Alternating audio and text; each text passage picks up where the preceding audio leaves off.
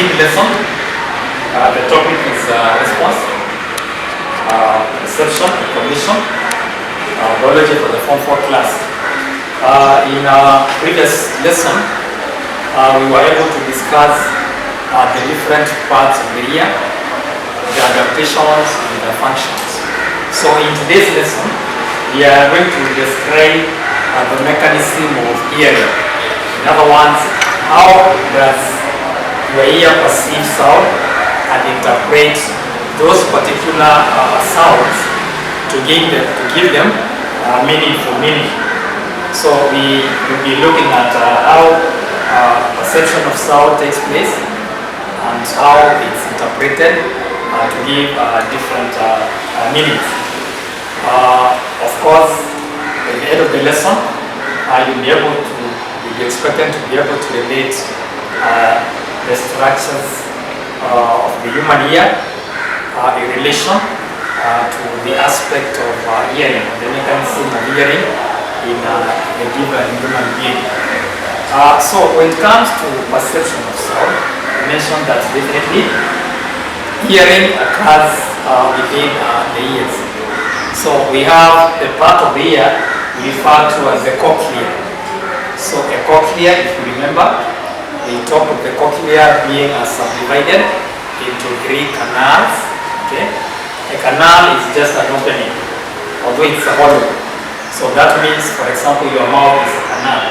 So we see that the cochlea is divided into 3 canals, and these subdivisions actually occurs by membranes that run longitudinally along the length of the cochlea. So bear in mind, the cochlea is subdivided into 3 canals. These subdivisions are done by a membrane that runs longitudinally along the length of this particular part of the ear. Now maybe let's recall some parts of the ear that we're dealing with this particular case. So we're more interested with the pinna. This is a yellow. Again, remember we talked about this being funnel shaped and containing a lung surface area, so that you can be able to direct the sounds, okay, being perceived into the external auditory canal or the external auditory meters, from where the sound is directed into the eardrum or the tympanic membrane. This generates vibrations that are further amplified into the air ossicles. Remember the 3 bones, the stapes, the tara, and the incus, the ear, the 3.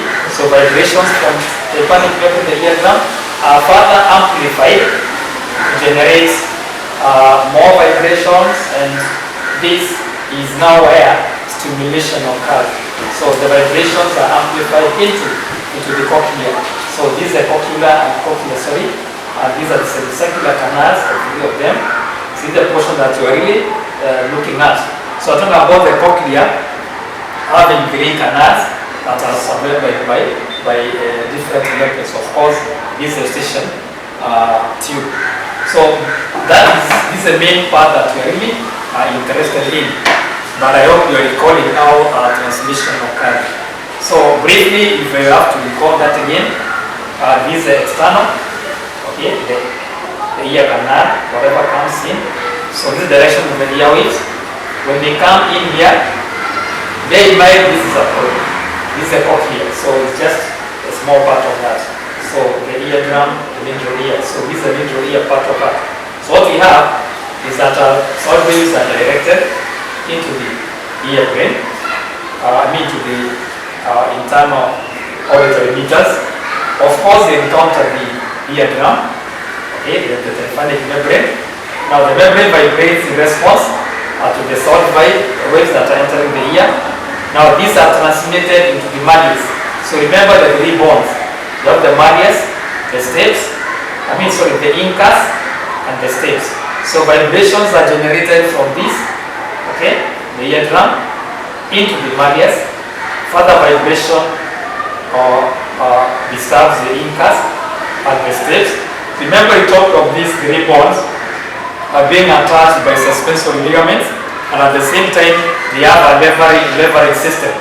So there is amplification of vibrations that occurs, and then the transmission occurs via the ovoidal that connects the stapes and the cochlea, the vestibular canal. So vibrations of the ovoidal membrane pass into the fluid, into this fluid inside here, okay? So you can see the fluid that is inside all the way. And then the cochlear duct, you have the basal membrane, the cochlear nerve. So the vibrations occur within this particular region. Now within this region, you have a fluid that transmits the vibrations, okay? The cochlear duct that transmits vibrations into the basilar membrane, okay, which further transmits the vibrations to the cochlear nerve that carries the nerve to the brain. Of importance is also that within the cochlea, we also have the air cells that are present. Now these air cells are actually more sensitive to the vibrations. They are more or less like the receptor cells that are able to generate different impulses based on the signals that are being generated by the vibrations being produced. So the outer canal contains a fluid field that is actually, we call it a perilymph, while the middle canal also has sensory cells and they contain endolymph. So we have two fluids. We have the perilymph and the endolymph. So those are the fluids that actually are present in this particular section. So this is more of a 3D illustration of the ear, the pinna, the canal, this is the tympanic membrane, the eardrum. These are the three ossicle bones that we are talking about. We have the malleus, the incus, and the stapes. Of course, via the ovoidal, and then this is our cochlea, the one that we're dealing with. So the circular canals, vibrations occur here, and then they are transmitted via the nerve that sends the signal to the brain. So as we mentioned, the pinna is what traps and directs sound waves into the auditory canal. And then when the sound waves strike the eardrum of the tympanic membrane, they set in a set of vibrations. So vibrations are set by the tympanic membrane. And of course, the membrane has a large surface area to enable the amplification of vibrations, which are then transmitted via the air ossicles or the three bones at the top of the malleus, the incus, and the stapes, which offer a leverage system upon which amplification can efficiently take place. The ossicles of these three bones, they are dense, okay, coupled with an arrangement. Okay, so they are arranged in a leverage system such that these vibrations get highly amplified, generating more vibrations, which actually transmit efficiently the sound that is being perceived, or the sound is being transmitted into the ear. The stapes vibrate against the ovoidal. So remember, the first one is we have the malleus, the stapes, and then the incus and the stapes. So we have the first bone here connected to the other one, and the last one here.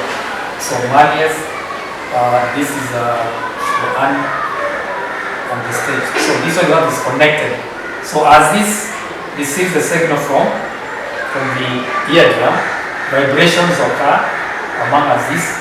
They are suspended by suspensory ligaments, remember that.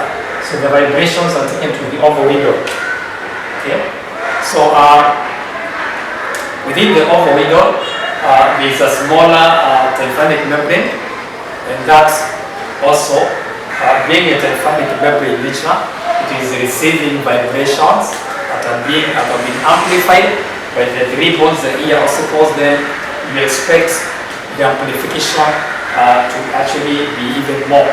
So they contribute there's contribution towards amplification of the vibrations. So the vibrations are generated at the oviduct, sets the fluids in the cochlea vibrating, starting with the perineum in the uppermost canal of the cochlea. So all you're seeing is the vibrations that are being received at the oviduct is now what sets the fluid that is inside the cochlea. Okay. So this is connected to the cochlea that is coiled in that manner.